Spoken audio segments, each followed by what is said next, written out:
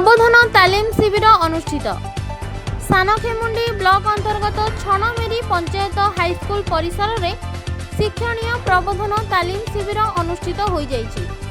उक्त शिविर में पोड़ामारी प्राथमिक विद्यालय प्रधान शिक्षक तथा वरिष्ठ शिक्षाविद सदस्य पाढ़ी शिशु किपरि नाच गीत माध्यम शिक्षा प्रदानर कौशल को बुझाई नृत्य करी शिविर को चलचंचल करथिले।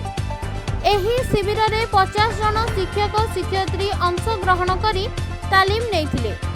शिवराम पंडा, मनोज कुमार प्रधान, दिलीप कुमार प्रधान एवं सनातन सेठी संबल शिक्षक भावे योगदान करी एनईपी 2020 एहार रूपरेख पुस्तक उपरे पुंखानुपुंख भावे बुझाइथिले।